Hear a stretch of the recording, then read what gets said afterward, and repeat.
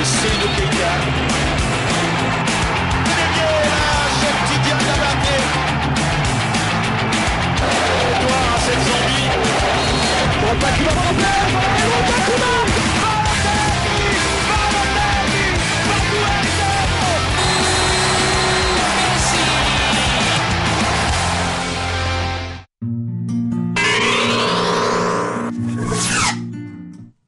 Amis sportifs, bonsoir. Très heureux de vous retrouver dans ce studio Djibril, depuis donc ce studio Djibril Wad. C'est par ce communiqué, cette information que nous démarrons shoot de ce mardi 19 mars 2013. Le FC Barcelone doublé donc par le Paris Saint-Germain, Messi détrôné par Beckham. Le match des revenus a choisi son camp avant la Ligue des Champions. Le classement 2013 des stars du football mondial publié mardi, donc ce mardi par France Football, met fin à 3 ans d'hégémonie économique donc du lutin argentin et hisse le milieu anglais au sommet pour la 6e fois en 15 ans, avec des revenus records de 36 millions d'euros. Beck l'emporte d'une courte tête 1 million d'euros sur son futur adversaire des quarts de finale. Sans surprise, son salaire qui est de 1,7 million d'euros, donc 141 000 euros par mois, et les primes 1,3 million d'euros représentent moins de 10% des revenus du Space Boys tirés donc pour l'essentiel de contrats publicitaires faramineux, c'est-à-dire avec Adidas, H&M. Lionel Messi gagne un peu moins au Barça avec 12,5 millions d'euros que son rival madrilène Cristiano Ronaldo, 3e du classement, 13 millions d'euros. Mais il se rattrape sur les contrats, 22 millions d'euros contre 16,5 millions d'euros au Portugais. Pour la première fois, le top 3 passe le cap des 100 millions d'euros, 101 millions d'euros, plus 7,8% en un an. Le premier Français au classement mondial des revenus est 20e et joue aussi au Real Madrid. Karim Benzema avec 12 millions d'euros. En Ligue 1, c'est évidemment Zlatan Ibrahimovic qui arrive en tête. Il touche 15 millions d'euros, 8e mondial. Et devant donc 2 autres joueurs du PSG, Thiago Silva, 9,6 millions d'euros, et Ezekiel Lavezzi, 9,4 millions d'euros. Le premier Français en Ligue 1 est 4e et c'est Yohan Gourcuff, malgré 585 minutes seulement en Ligue 1 cette saison.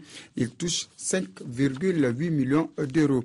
Pour les entraîneurs, le leader du classement mondial reste pour la 4e année de rang José Mourinho du Real Madrid avec 14 millions d'euros de revenus annuels devant 2 Italiens, l'un au PSG, Carlo Ancelotti qui touche 12 millions d'euros, l'autre en Chine à Guangzhou Evergrande, Marcelo Lippi qui touche 11 millions d'euros. Le premier coach français arrive en 6e position, Arsène Wenger d'Arsenal, il touche 9,4 millions d'euros. Le week-end prochain sera dominé sur le continent par les matchs de la 3e journée des éliminatoires de la Coupe du Monde Brésil 2014. Les éléphants de Côte d'Ivoire croiseront les scorpions de la Gambie samedi au stade Félix Houphouët-Boigny. Le sélectionneur de l'équipe ivoirienne, Sabri Lamouchi, a donc dévoilé sa liste. On note 11 nouveaux venus, dont 4 locaux. Les symptômes du traumatisme post-Cannes sont encore perceptibles chez le patient éléphant. Et le docteur Sabri Lamouchi a décidé de modifier le traitement jusque-là administré en y incorporant de nouveaux produits, notamment du terroir. En conséquence, par rapport au groupe qui a participé à la Cannes, 11 nouveaux joueurs, dont 4 évoluent en Côte d'Ivoire, rejoignent la sélection, qui affronte samedi la Gambie dans le cadre des éliminatoires de la Coupe du Monde 2014. Certains en réalité sont de retour en équipe nationale, comme Angouabrou Benjamin ou encore Emmanuel Koné-Kwamatien. Par contre, Tissé Abdul Karim de l'Africa et Zougoula Kevin du COE Sport de San Pedro sont enfin récompensés de leurs efforts. Serein mais conscient d'évoluer dans une atmosphère de critique parfois acerbe, Sabri Lamouchi cependant a invité les Ivoiriens à soutenir leur équipe nationale pour la conduire vers l'objectif commun, la Coupe du Monde au Brésil. J'imagine la déception et la frustration du peuple ivoirien. Bien entendu que nous avons besoin de leur soutien. Bien entendu que nous avons besoin d'eux samedi contre la Gambie. Mais nous aussi, nous devons faire en sorte que le peuple ivoirien soit fier de son équipe nationale. Mais c'est à nous de montrer sur le terrain que le chemin sera long, mais que nous voulons atteindre cet objectif. Cet objectif que tout le monde souhaite. Et c'est pas Sabri Lamouchi, c'est toute la Côte d'Ivoire qui souhaite cet objectif. C'est pour ça que je dis, ne nous trompons pas. Samedi à 17h, l'équipe nationale retrouve le stade Félix Houphouët-Boigny pour y affronter la Gambie. Une victoire est impérative avant 2 déplacements difficiles en Gambie et en Tanzanie. Voilà. Éléphant Scorpion, c'est le samedi donc prochain à partir de 17h temps universel au stade Félix Houphouët-Boigny. Le Sénégal ne pourra pas évoluer devant son public suite donc au match Sénégal-Côte d'Ivoire. On se rappelle de l'année 2012, les incidents qui donc ont marqué cette rencontre au stade Léopold Sédar Senghor, avec notamment des blessés graves et heureusement pas de perte en vie humaine. Ce match a été délocalisé. Cette fois-ci, en Guinée-Conakry, le Sénégal recevra donc le samedi prochain la formation donc angolaise pour le compte de la 3e journée des éliminatoires du Mondial 2014 prévu au Brésil. L'encadrement technique des Lions de la Teranga est arrivé en Guinée, donc dans la capitale guinéenne à Conakry, où donc les techniciens ont pris donc connaissance du terrain. Il s'agit du stade du 28 septembre de Conakry. Régime spécifique pour l'un des gardiens de but des Lions. Ousmane Mané s'entraîne en solo avec le préparateur physique des gardiens, en attendant l'arrivée du groupe de Paris. Un travail de reprise parce que comme il n'a pas joué le week-end en championnat, donc aujourd'hui il fallait qu'on travaille avec lui d'abord sur le plan physique pour essayer de le remettre en forme. On a travaillé ce matin avec des courses endurance. Mais ce soir, on a travaillé sur les charges avec le ballon. Lui, au moins, aujourd'hui, il a beaucoup bénéficié d'un travail spécifique de charge qu'il a fait avec le ballon. Donc, vraiment, il sera plus bénéfique que les autres. Seul le joueur local de la liste d'Alain Giresse, Mané, a la chance de fouler la pelouse du 28 septembre en premier. En bon état. Je pense que j'ai déjà joué ici. Et je pense qu'il n'y a aucun problème sur ce terrain. Je pense même qu'il est mieux que le stade Amitié. Arrivé ce dimanche à Conakry, ce lundi n'a pas été du tout repos pour le gardien de Djambar. Il a livré 2 séances d'entraînement, 40 minutes le matin, 45 le soir.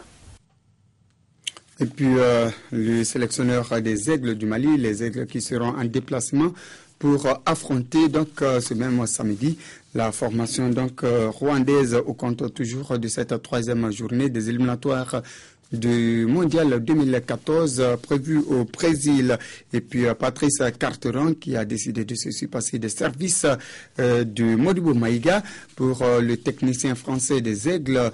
Le joueur de West Ham a été peu convaincant lors de la dernière Coupe d'Afrique des Nations de football qui s'était donc disputée en terre sud-africaine. Il n'aura pas également le jeune Kalilou Traoré de Sochaux qui n'a pas donc assez de temps avec son nouveau club.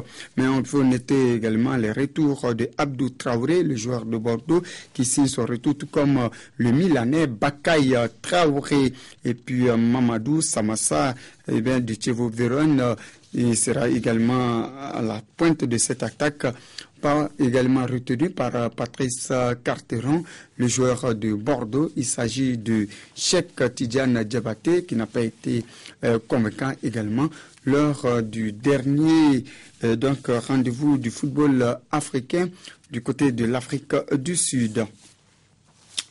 Et puis on va aller cette fois-ci en Algérie pour voir comment se dispute la CAN des moins de 20 ans. En image à présent, le match Ghana-Bénin qui était au programme. Voilà les images qui vont venir. Voilà, nous attendons toujours les images. Voilà, le Ghana qui était face au Bénin. Voilà, au compte de cette deuxième journée dans la poule A. Et ce sont les jeunes Blastars qui se sont imposés par 1-0. Voilà donc les Ghanéens qui évoluent ici en maillot blanc, qui se sont créés d'énormes occasions de but dans cette partie.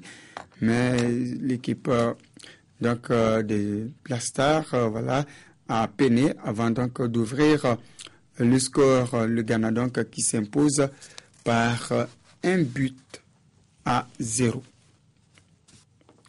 Voilà, on va aller avec le match qui est de la poule B entre le Mali et le Nigeria.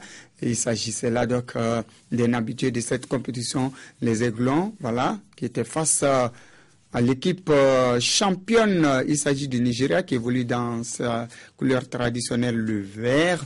Ce sont les jeunes aigles, voilà, les Aiglons qui se sont imposés par 1-0 sur ce corner. Donc, beauté par Tchekoro, donc Keita, c'est Adamanian qui va catapulter la balle au fond des filets et ça fait 1 pour les Aiglons du Mali. Voilà, le score qui ne va pas évoluer dans cette partie.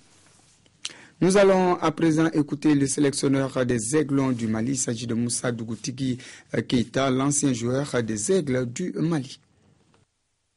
Ça a été un match tactique. Un match tactique. Avec le Nigeria, il ne faut pas attaquer. Il faut les laisser venir qui possèdent pas d'air contre. C'est ce qu'on a préparé. Et bien c'est ce qu'on a mis sous place et ça a marché.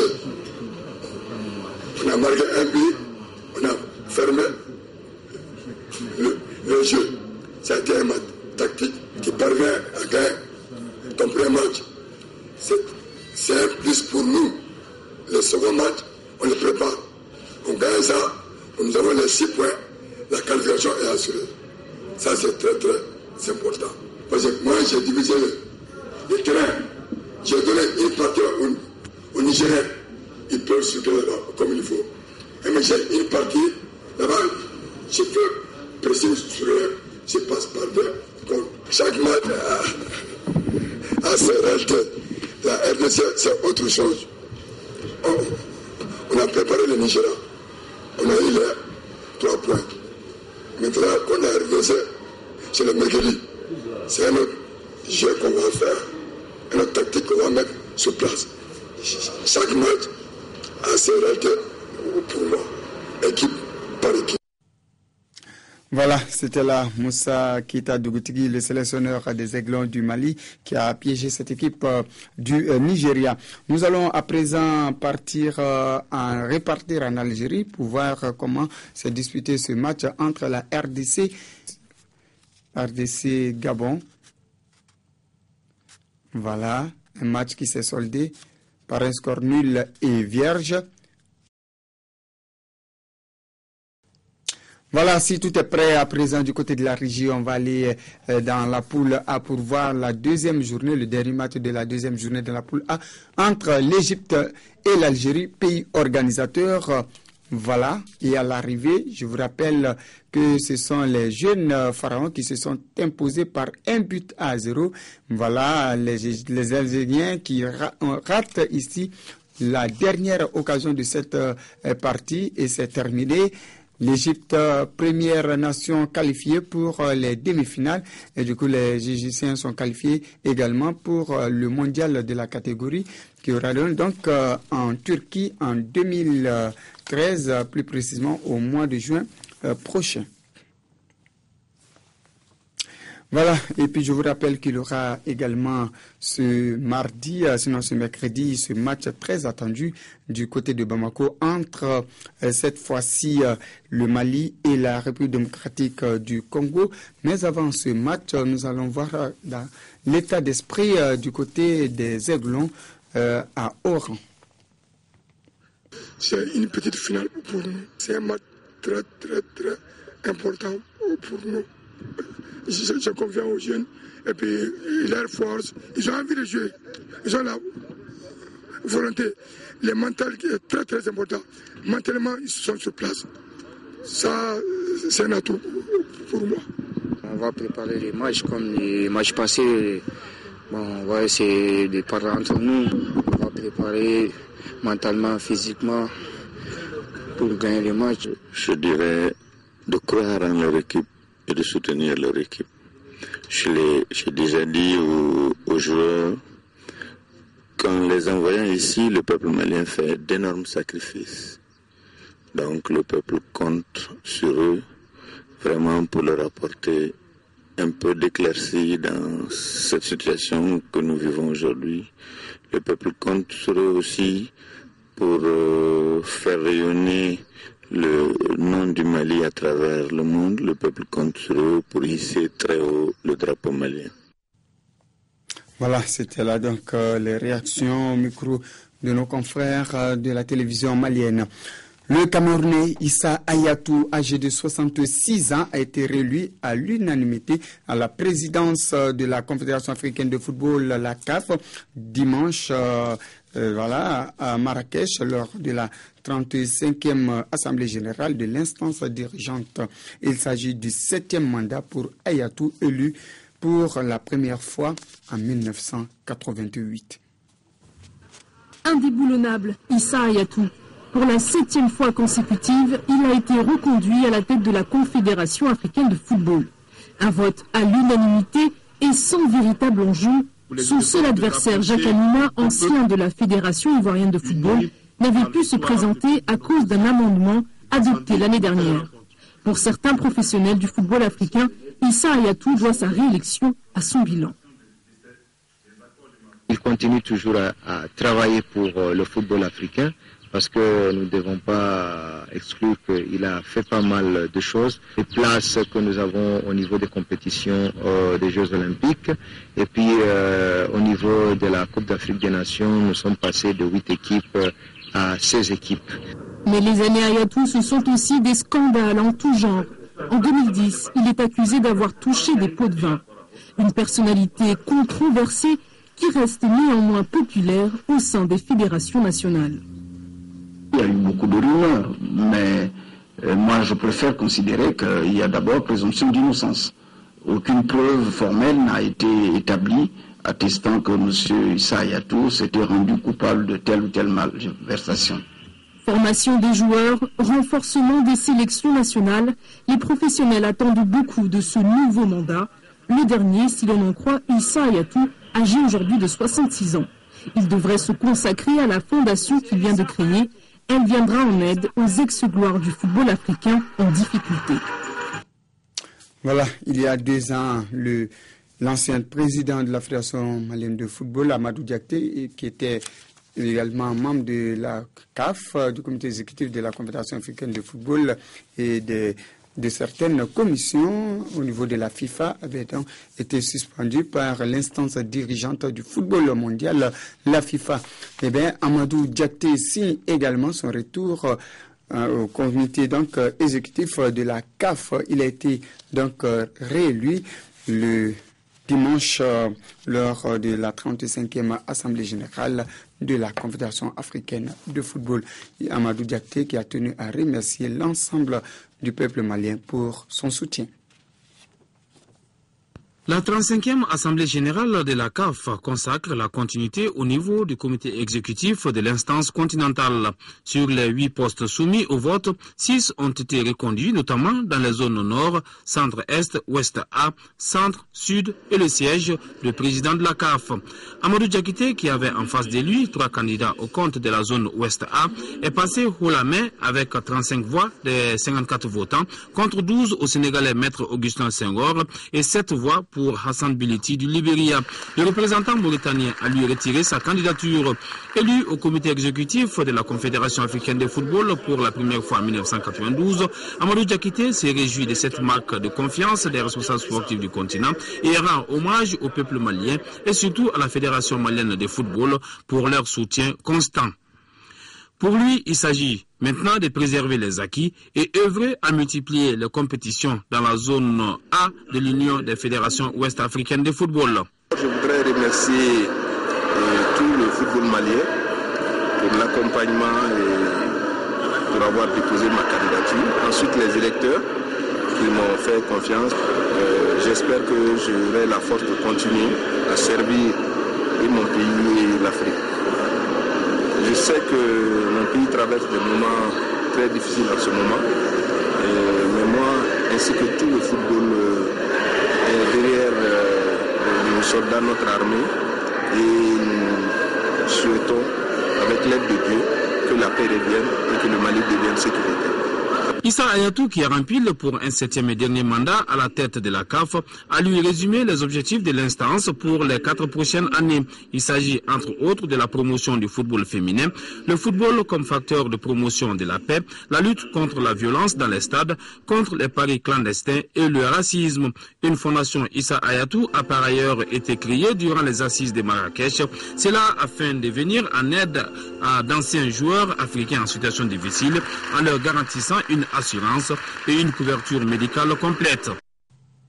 Voilà, 7e mandat pour Issa Hayatou et bravo à Amadou Diakité qui est une nouvelle fois réélu à la tête donc sinon au comité exécutif de l'instance dirigeante du football africain. Amadou Diakité qui a bénéficié du soutien sans condition de la Fédération malienne de football. Le week-end écoulé a été dominé sur le continent par les matchs allés des 16e de finale des compétitions interclubs en Ligue des Champions. La surprenante équipe du CV Sport de Côte d'Ivoire a fait chuter l'expérimentée formation d'Al Hilal du Soudan. L'équipe de San Pedro s'est imposée par 4 buts à 1. Le résumé est signé RTI Sport. Un ténor de la Ligue des Champions d'Afrique, Al Hilal du Soudan, se dresse devant le CV Sport de San Pedro pour les 16e de finale aller. Appliqué, le champion de Côte d'Ivoire ne semble point intimidé par le prestige de son adversaire. Roger Claver a salé sonne la charge, on croit à l'ouverture du score, mais en dernier ressort, un défenseur de Al Hilal sauve. La réaction soudanaise ne se fait pas attendre. Le tir de Ibrahim Moutader est légèrement au-dessus. Les joueurs du COE continuent cependant de presser. Rostan Kokan frappe, Roger Claver a salé coupe et cette fois, il conclut idéalement. Le représentant ivoirien poursuit sur sa lancée. Mandela Okansé envoie un ballon astucieux. Ahmad Gama se propulse et écarte en corner. 1-0 pour le COE à la pause. Début de deuxième période. Sur une attaque, le ballon semble perdu, mais Mandela Okansé le récupère et le fait passer par le trou d'une souris. Ahmad Gamal est largué, deuxième but ivoirien. Les poulains de Firmin Kofi sont généreux dans l'effort. Al Hilal est débordé. Faute en pleine surface sur Rostan Kokan, penalty sanctionne Jehad Grisha. Kevin Zougola se positionne, il expédie le ballon au ciel. Le COE ne gamberge pas longtemps. La défense de Al Hilal se troue et en renard des surfaces, Kevin Zougoula crucifie Ahmad Gama, se rachetant ainsi de son pénalty manqué. Le public pousse. Mandela Okansé prend de vitesse la défense gauche soudanaise. Son centre est bon, mais Kevin Zougoula et Roger Claver Salé ne l'exploitent pas. Dans cette avalanche, Mahamad Traoré réduit la marque. Mais San Pedro a encore de la ressource. Roger Claver Salé serre Mandela Okansé. Il mystifie son adversaire direct avant d'étaler Ahmad Gama pour le 4 buts à 1. Le COE a une ultime occasion. La tentative de Kevin Zougoula passe à côté. 4 buts à 1. Il y a bien longtemps qu'on a vu une équipe ivoirienne aussi volontaire et combative. Belle victoire face à Al Hilal. Le COE Sport de San Pedro aura certainement son mot à dire lors de la manche retour au Soudan. Voilà, belle victoire du COE Sport de San Pedro. Mais attention, Al Hilal nous a quand même habitués à un retournement de situation lors des éditions précédentes. À chaque fois que cette équipe soudanaise était menée par 3-4 buts d'écart, eh bien, elle est revenue dans la partie à domicile. Donc, l'équipe de San Pedro est avertie. L'autre club ivoirien en Ligue des Champions, il s'agit de l'AFAD de Djekanou, était face au Coton Sport de Garoua. Ironie du sort, Garoua, eh bien, c'est la ville natale de Issa Hayatou, l'actuel président de la Confédération africaine de football, et son éternel rival à la présidence de la CAF se nomme Jacques Bernard Anouma, le fondateur de l'AFAD. Eh bien, l'équipe de Garoua a bien voyagé. Eh bien, elle est allée s'imposer à Abidjan par 1-0 face à la formation de Djekanou. Les premières minutes chaudes de l'opposition AFAD Coton Sport sont partagées pendant un quart d'heure.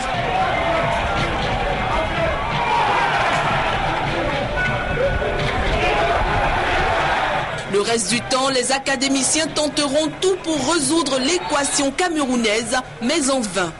Le Coton Sport maîtrise la partie. 34e minute, beau centre du Cameroun, mais seul face au portier de l'académie, Mbongo choisit de mettre la tête là où le pied aurait fait l'affaire. Mauvais choix. Le Coton Sport met la pression et met à l'épreuve Boou Sylvain qui réussit à contenir l'adversaire jusqu'à la pause. La reprise ne change rien. La FAD manque de percussion comme sur cette action à la 58e minute. Plus engagés, les Camerounais sont récompensés à la 65e minute grâce à une grosse erreur de la défense ivoirienne. Boukama Kaya dérobe la balle et l'offre à Yuruda pour l'ouverture du score.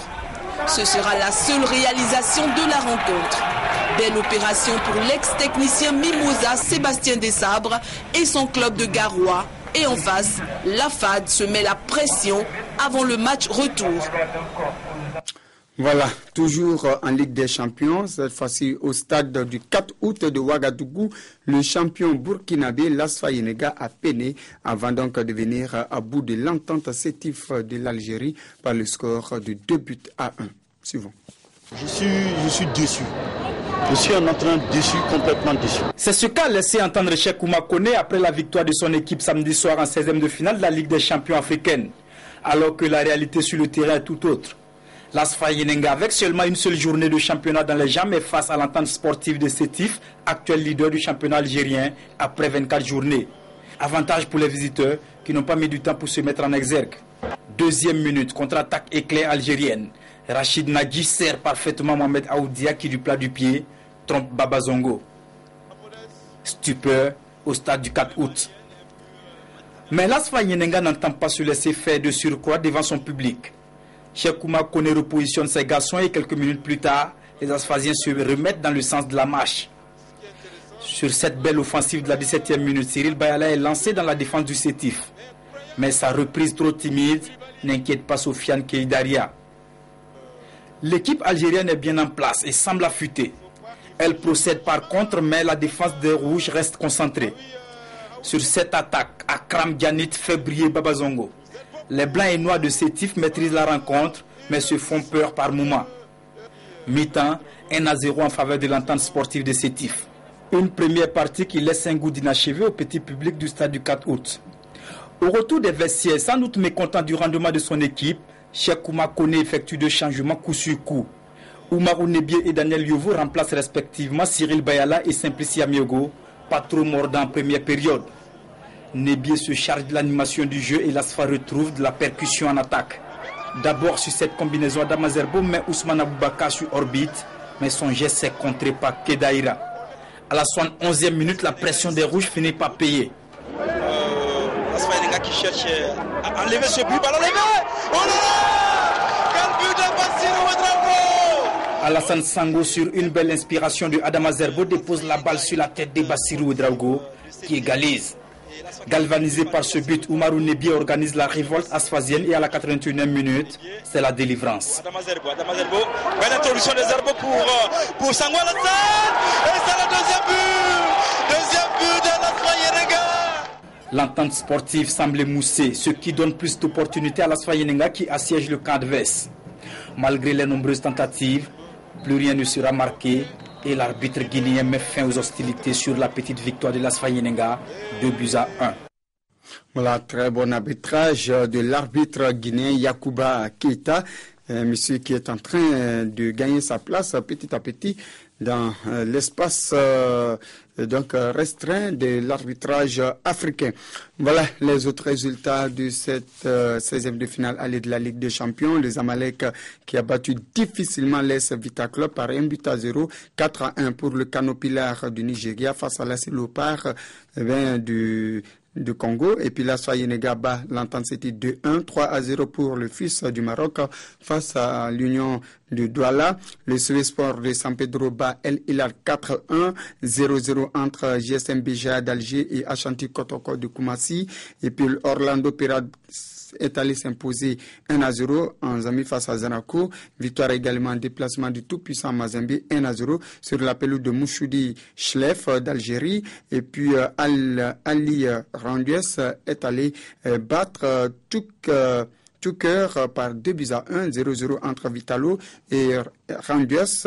2-1 pour le Recreativo de Libolo face à El Merek du Soudan. Et puis victoire en déplacement de l'Espérance sportive de Tunis face au Primero de Agosto.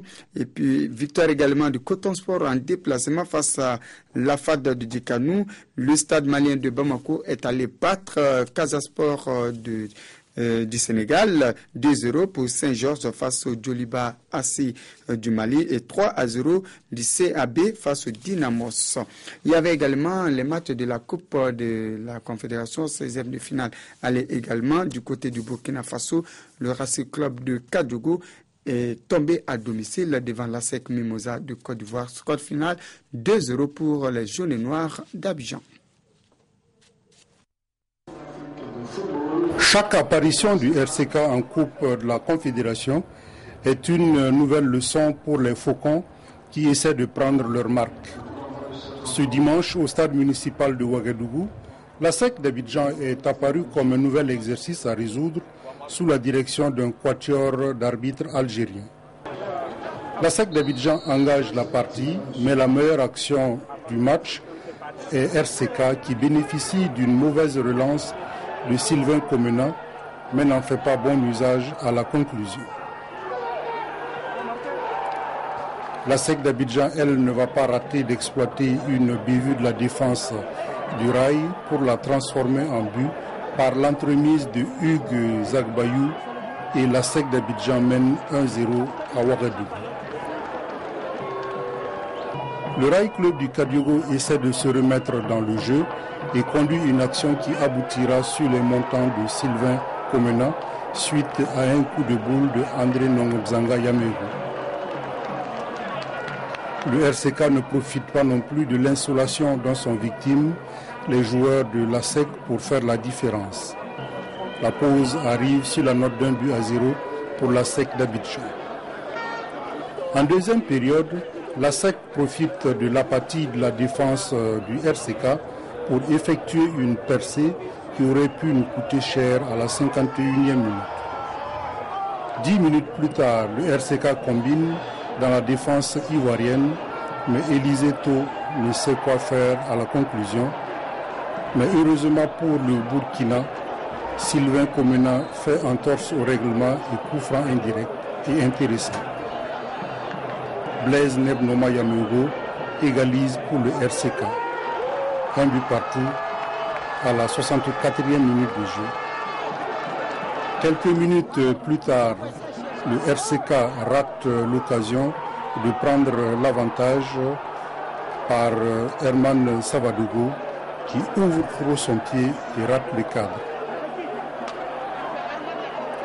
À la 78e minute, la défense du RCK est à la rue. Michel Vondo profite d'un relais avec un partenaire pour battre l'infortuné Mohamed Diarra.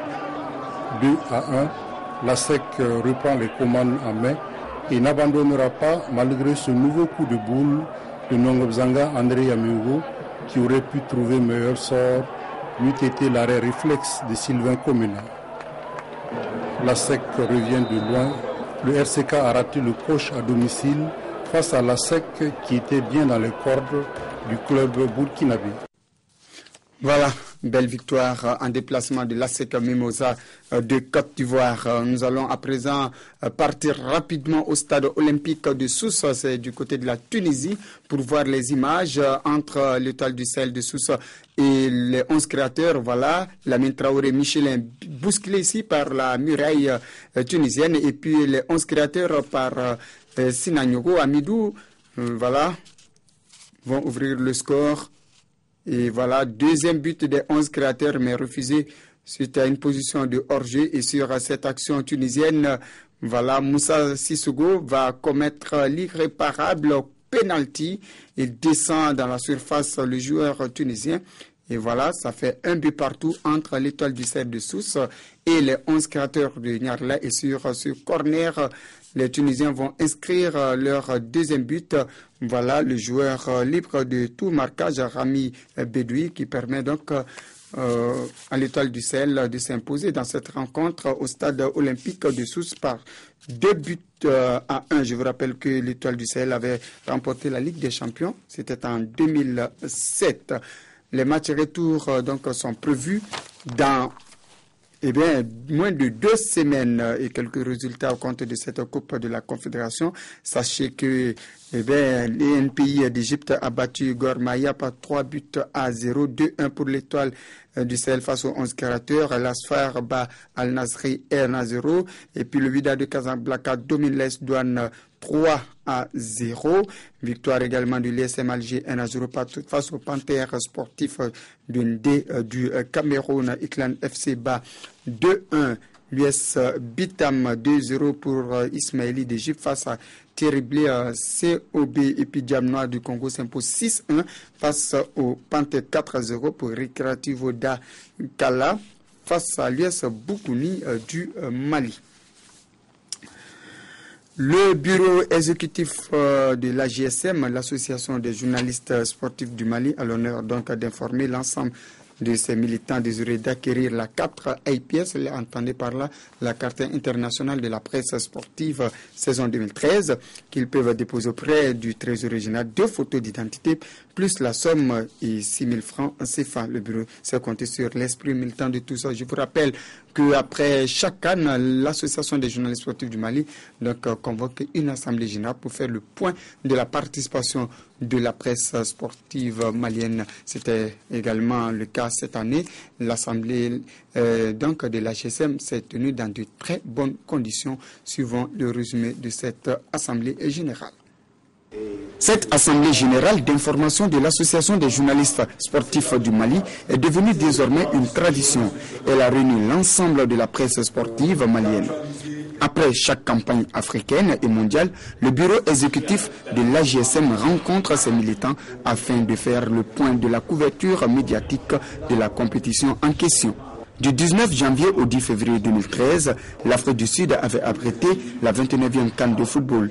L'association des journalistes sportifs du Mali a saisi cette occasion pour faire le bilan de la participation de la presse sportive malienne. Le président de l'association a quand même apprécié le bon comportement de ses confrères, y compris ceux restés au pays. Ce qui a été salué pendant l'Assemblée générale, c'est le bon comportement des journalistes qui sont restés sur place. J'ai fait mention à l'ORTM et Africable, les 2 télévisions qui font aujourd'hui la fierté du Mali, qui ont couvert l'événement de façon professionnelle, à travers la retransmission, à travers les comptes rendus, à travers les émissions collant à l'actualité, qui a permis d'éclairer la lanterne des téléspectateurs. C'est vraiment un coup de chapeau aux 2 télévisions. On a fait aussi mention spéciale aux confrères qui sont restés sur place dans le cadre, qui sont dans les journaux, qui sont dans les radios privées et qui ont vraiment donné le meilleur d'eux-mêmes. Au cours de cette assemblée générale d'information, la presse sportive a montré une nouvelle fois sa maturité. On peut dire que l'Assemblée s'est très bien passée, c'est passé dans les conditions souhaitées. Il y a eu des échanges par rapport à la distribution, à la répartition des différents billets obtenus par l'association. Après la CAN Afrique du Sud 2013, place à présent à la CAN des moins de 20 ans, dont le coup d'envoi est prévu le 16 mars prochain à Alger. Voilà, effectivement, l'association des journalistes sportifs du Mali est bel et bien représentée à cette CAN de moins de 20 ans. Et puis à présent, je vous rappelle que pour ceux qui n'ont pas jusqu'à là leur carte AGSM, saison 2012-2013, eh bien, il faut vous dépêcher puisque la date limite pour quand même avoir cette carte est fixée donc au 31 mars 2013. Voilà, nous allons voir maintenant le programme des quarts de finale de la Ligue des Champions zone Europe. Le tirage sera effectué le vendredi dernier, qui donne les oppositions suivantes. Paris Saint-Germain, FC Barcelone, le Bayern Munich sera face à la Juventus de Turin, le choc de ces quarts de finale. Il y aura également Malaga, Borussia Dortmund, le Real Madrid croisera Galatasaray, Istanbul de la Turquie, match aller 2 et 3 avril, match retour 9 et 10 avril 2013. Voilà, je vous rappelle que le meilleur buteur de cette Ligue des Champions, ils sont deux. Il s'agit de Burak Yilmaz de Galatasaray et Cristiano Ronaldo du Real Madrid. Les deux joueurs ont inscrit 8 buts chacun, 7 buts pour Lionel Messi du FC Barcelone. Et je vous rappelle que ce match entre le Paris Saint-Germain et le FC Barcelone, eh bien, c'est le remake des quarts de finale de la Coupe des Coupes. Voilà, la défunte Coupe des Coupes qui avait vu le Paris Saint-Germain sorti. Eh bien, le grand FC Barcelone à l'époque. Voilà, deux joueurs de cette équipe du Paris Saint-Germain des années 90, Vincent Guérin et David Ginola, reviennent sur cette qualification historique du Paris Saint-Germain.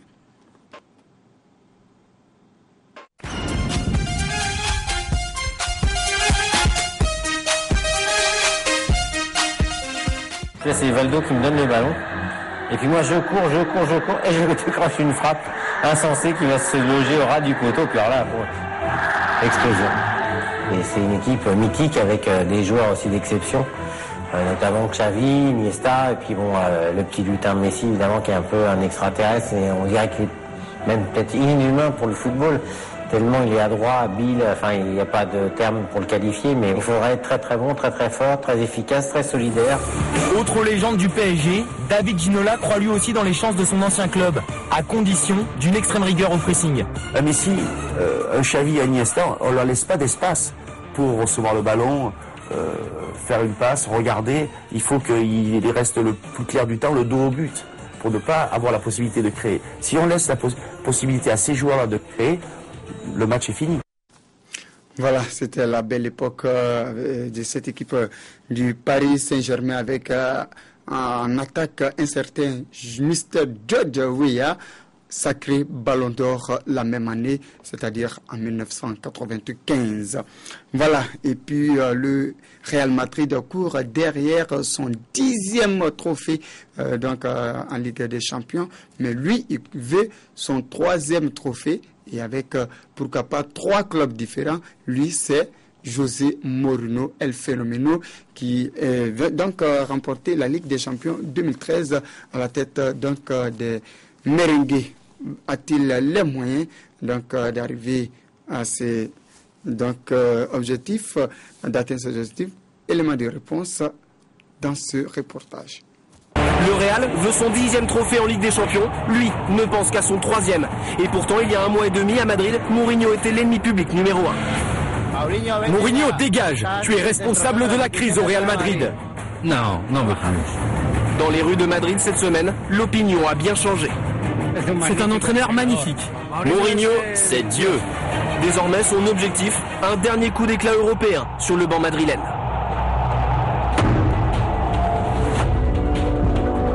Cette nuit-là, tout a changé. Mardi soir, face à Manchester, le Real se qualifie pour les quarts de finale de la Ligue des Champions. Le mancunien Nani est expulsé, le Real est mené 1-0, Mourinho lance Luka Modric. Le Croate, décevant cette saison, ne le sait pas encore, mais grâce à son coach, il sera l'homme du match. C'est dans les matchs à élimination directe que la préparation de Mourinho est la plus performante, parce que ce sont des matchs où les petits détails comptent. Et le détail s'appelle Modric, d'abord buteur sur cette frappe de 20 mètres. Mourinho, il sait comment il parle aux joueurs. Il n'est pas seulement un entraîneur, mais il est un professeur. 3 minutes plus tard, Modric est à l'origine de l'action que conclut Cristiano Ronaldo pour son 8e but en 8 matchs de Ligue des Champions cette saison. Madrid redevient un favori en Europe. Il l'a déjà gagné, il sait comment la jouer. Il l'a remporté avec différentes équipes et a beaucoup d'expérience. C'est le secret. Avoir José Mourinho dans son équipe, c'est fondamental pour gagner la Ligue des Champions. Il va ramener la 10e Ligue des Champions à Madrid, c'est sûr. Grosso modo, il y a 2 mois, la messe était dite sur l'avenir de Mourinho. Aujourd'hui, Mourinho a relancé la machine. Alors, en championnat, non, il n'a pas relancé. Le Real, ils sont largués et ils le seront jusqu'à la fin de la saison. Il y a trop de retard. Oui, mais fini donc la crise à Madrid. En peu de temps, le Special One a remobilisé un vestiaire que l'on disait déchiré. Et mieux que ça, il s'est permis de battre 2 fois en une semaine le Grand Barça. Les grands rendez-vous et surtout la Ligue des Champions ont transcendé le Madrid de Mourinho. Comme nous l'explique ce journaliste portugais, spécialiste du technicien madrilène. Imaginez ce qui se serait passé si le Real ne s'était pas qualifié pour les quarts de finale de la Ligue des Champions. Ça voulait dire passer une fin de saison horrible, un calvaire. Mais entre Mourinho et la Coupe Reine en Europe, la romance est trop forte. C'est une histoire d'amour profonde. C'est la compétition qu'il aime le plus. Et il sait que c'est la plus grande des consécrations au monde. Dans cette fin de saison exceptionnelle, Mourinho emporte dans son sillage Cristiano Ronaldo, une fois encore brillant mardi dernier, avec son 46e but en Ligue des Champions. Son point commun avec son entraîneur, décisif, surtout dans les grands moments. Comme le Real et Mourinho, il a cette particularité d'avoir un gène de gagnant. Les statistiques parlent pour lui. Il peut ne pas très bien jouer, mais il marque. C'est un joueur décisif. C'est le joueur le plus décisif au monde. Vendredi matin, c'était son entraîneur qui faisait la une des journaux madrilènes. Les dirigeants du Real souhaitent maintenant conserver José Mourinho, et pour cause, il était bien complaisant avec le club anglais mardi soir. J'essaie d'être honnête.